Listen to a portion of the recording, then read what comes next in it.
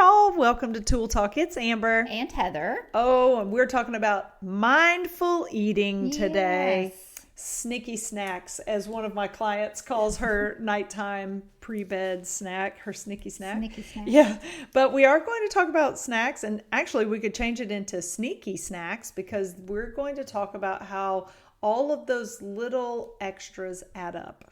And Yes. what happens over time. So actually in the book, The Comfort Crisis, Heather really wanted to pull out this little tidbit from research. It says research from the University of North Carolina discovered that we're snacking 75% more than we were before 1978. Our snacks are also 60% larger and more likely to be ultra processed. So just a quick note for you guys, ultra processed that's going to be things like your baked goods, your cookies, your chips, your candies, all of that stuff. I will tell you right now, I'm not into demonizing food, and people are like, process this, process that. Y'all, all food is processed. Okay. So, and you are going to eat some processed foods and you are still going to live. But when we look at ultra processed foods, these are the foods where they're really trying to get you to eat more. They typically are high calorie, high fat, high sodium, high sugar. They tend to be the sweetest, the saltiest, and the fastest to consume. Yeah, the tastiest stuff. The tastiest stuff. So just keep that in mind. Don't be psychotic about processed foods because you got to eat. And, we don't need to be stressed about eating the right things all the time. But we do need to be stressed about thinking about all the things that we're ingesting that maybe are not leading us to our goals or increasing our health. Okay? So Heather, snacks. Let's talk about it. Snacks are like so let's break it down. We are taught from a very young age that snack time is important and we need to have it, right? We have snack time in preschool. We have snack time throughout maybe like first or second grade. Yeah. And so we're just ingrained to look for snack time, and I enjoy snack time. Me too. But we're also ingrained by commercials, advertisement, that you need to buy the packaged something, and they're trying to be better by packaging, like serving sizes. So 100-calorie Oreo. Well, if you eat 3 of the 100-calorie Oreo bags, you're not really getting where you need to go. And it's very interesting how the whole snack world with that percentage has gotten out of control. And it's easy to do and not think anything about it because you're basically, a snack is just to hold you from one meal to another. Yeah. So it's not even really a whole meal full of things. Now, our nutrition guidelines include snacks. Yes. Because it is important. It is. But it's more important what and how much you put in your mouth. And I think mindless eating for snacks or whatever, is where things go wrong. That's typically what I find with my clients that I work with on nutrition coaching. A lot of them, they don't eat enough in the day or earlier in the day, and then they find themselves face down in a bag of chips or cake or whatever it is that they like. Whatever's easy. Yes, that you can grab and go. Yes. And that is going to be those ultra processed foods. Sometimes they try to do something where they're like, oh, well, I ate a protein bar. And I'm like, yeah, protein bars are just glorified the ingredients. candy bars most of the time. But yes. So this is something, and you mentioned that we do eat snacks. I do. I prefer to eat 5 small meals a day. So I have, a breakfast, snack, lunch, snack, dinner. And that works for me. It doesn't mean it has to be what you do, but I do find if you're somebody who has a large appetite, a drive to eat, having something to look forward to in between meals can be very helpful.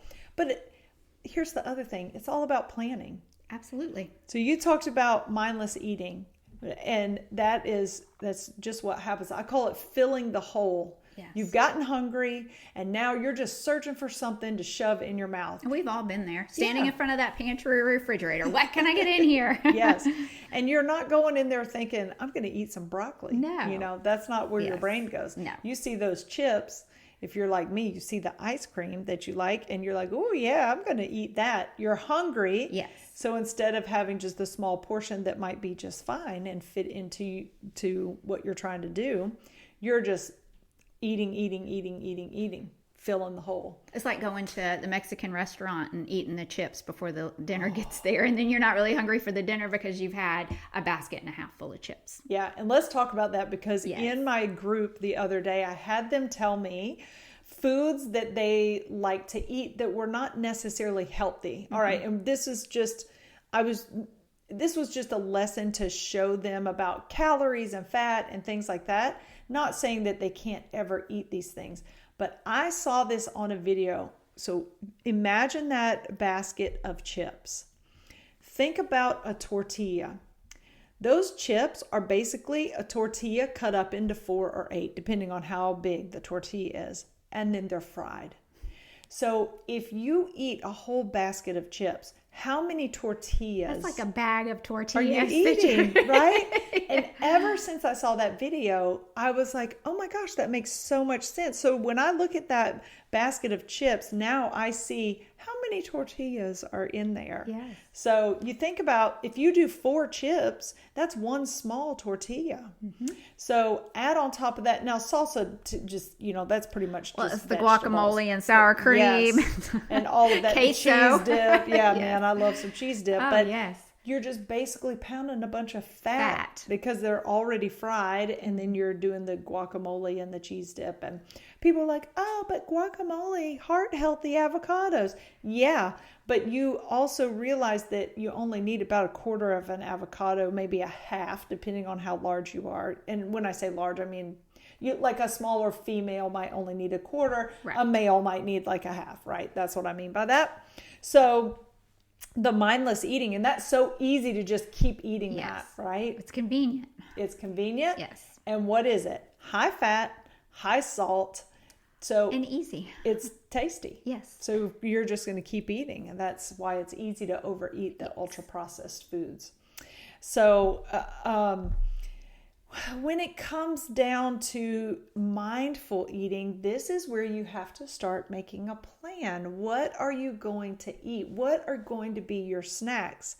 How many of us have bought fruits and vegetables thinking that we're going to snack on them, and then you find them 2 weeks later rotted in the back of your produce drawer? One of the key things you can do is shop for what you need for the week. Like I used to buy all different kinds of fruits, and then I realized I'm like, Amber, you only eat so much, right? So, buy bananas or buy strawberries and blueberries, whatever. Just don't overdo it. When you get home, prep that, put it in clear containers in the refrigerator right in front of your eyeballs where you see it, and you can pull it out. And then it becomes easy. Yeah. Yes. So if you take that little bit of extra time to prep, when you get home from the grocery store, you're more likely to eat those things and choose them because, again, they're easy to pull out at that point. But if you look in there and there's a cucumber and you're like, oh, I got to peel it and cut it up and wash it, because I wash all my produce and... I don't. You don't. You and my husband. I'm still okay. You haven't died yet. I haven't died yet. I use the vinegar. I'm not full of parasites either. If I am, then they're all getting along and everything's okay, and I don't know it. They're not helping you lose weight if you've got the parasites. But yeah, so that's the thing. If you do all that to start, is so much easier, and it helps you. Absolutely. Because we are, like you said, creatures of habit, and we like easy. We like comfortable. We like comfortable. We like fast. Mm-hmm. Fast, cheap, and easy. Yep. That's us. That's what I said. So this is something too. Remember that I said in that study that they also were looking at our snacks being 60% larger. Yes. I mean, that is a lot. Right. And every little bit adds up. Absolutely. So let's talk about the mindless licking of the spoon or grabbing out of the bag. Or like while you're cooking. Yeah. That was a bad habit. So those are 2 habits that I have become more intentional on not doing through this journey is eating food while I'm cooking. And a lot of us do it and don't realize that. And I'll find myself reaching and be like, well, what are you doing? Just settle down, bring that hand back. You're not going to eat it until it gets on your plate. And I think, that's just kind of a rule that I have made for myself. If it's in my bowl or on my plate, I can eat it. But before it gets there, it's not because it hasn't been measured and accounted for. So I had this one lady that I follow on Instagram, and she made a comment about licking. Let's back up. A lot of what I eat now has peanut butter in it because that is my fat of choice, and it's measured out specifically. And we all know it sticks to the spoon. Like, who gets a dollop of peanut? You get your 5 grams of peanut butter and there will be nothing left on the spoon. There is always, so I am literally trying to put my finger and put it back in the jar so I can save it for next time. But before, I would have just licked the spoon. Yeah. 100% and not thought about it. And you think, oh, that's just very little. Well, little adds up through the day, through the week, through the month. And if you're doing that with everything, you're sabotaging your goals at the end of the day. And that's just not what I want to. I mean, if I'm in this, I'm in this. And I'm not going to sabotage myself by making stupid little mistakes all of the time. That's my new identity. No more stupid little mistakes. Well, and I think that you made a great point that you're like, oh, it's just a little bit. Just a little bit. But how many times do we say that? Absolutely. And how many times during the day does it happen? Yeah. Where you get, well, it's just a little bit. I'll just lick the spoon. Yep. I'll just try it. Like, I made brownies with my grandkids the other day. And normally, man, I'd be licking that spoon. Yeah. I'd be licking that bowl. I'd be trying a little corner piece. None of it. Because was it something that I wanted? Yes. Was it something I needed? No. Yeah. And it's not leading you to reach your goals. It is not. And it's not going to kill me if I said no. Yeah. Yeah. You have a much bigger goal for that. Mm-hmm. And I think that, and I can hear people now, they'll be like, well, that's just taking the joy out of life, blah, blah, blah, blah. But it wasn't. You spent the time. What was most important about you making brownies with your grandkids? Right. It was spending time with my grandkids. But now I have bragging rights saying I didn't lick the bowl. Yeah. See? So you got to turn it around. There is joy there because I was able to not lick the bowl. So I feel stronger and empowered. Yeah. And every time that you make a choice like that, where you promised to yourself and you followed through with that promise, it strengthens the trust that you have in yourself, and Absolutely. You're more likely to do the things that you need to do to reach your goals. And I think that people don't realize how important that is. The giving in all the time is actually causing you to be stuck. Yep, it's counterintuitive. Yeah. It's weakness. And we also were not created to be weak. We were created to be strong. It's in all of us. Some of us just have to dig deeper than others, but it's there and you can find it.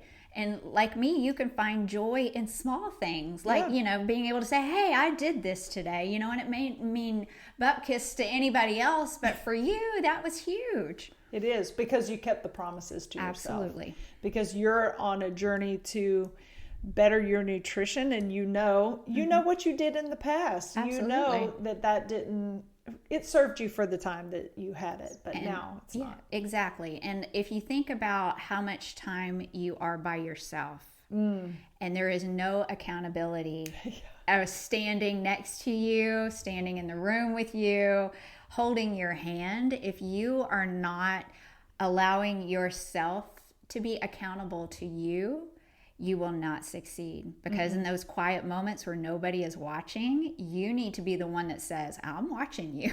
Yeah, exactly. And I'm doing this for me, and it's a positive thing. Yes. How many of our clients have said, I just need you to come live with me, or I need you to follow me around and slap food out of hand. I'd be a millionaire if that actually worked, because I would do it. I've thought about having Amber's healthy house or whatever, and you come stay with me for a year. Yeah, I'd have Heather and I would have you straight. Yeah, we would. But I just want to make that comment too, that about the little things and how they add up. Another thing that we read in the book was about how most people gain weight during the holiday season. Yes. And we're here. We are. Right now, as we're recording this, today is Halloween. So, and this is where I've seen it with our clients. I've seen it with the studio numbers every year. This is where people start to falter. Now, in the book, what was being said is that people gain weight during the holiday season. January starts, they don't gain weight anymore, but they maintain the weight that they had, but they don't lose the extra. So then when the holiday season comes back around, they gain weight again, go into January, maintain where they are, but they're never taking off those extra pounds. So think about your own life. I look back, my weight gain through menopause started and it creeped. It was just a little bit, and I watched that scale weight go up a little bit at the time. It was a couple of pounds here, and then it would level off. That's exactly what happened with me during menopause. And then I turn around and I'm 10 pounds heavier. Yes. And I'm never going back down. That's how it was for a long time. I was struggling so much with that. So the weight gain typically creeps on and you don't even really think about it. And after a while, those extra 5 pounds, you're just like, all right. You've just gone up in pant sizes and dress sizes. And you've just allowed that to continue. All right. Don't forget to like and subscribe. Bye.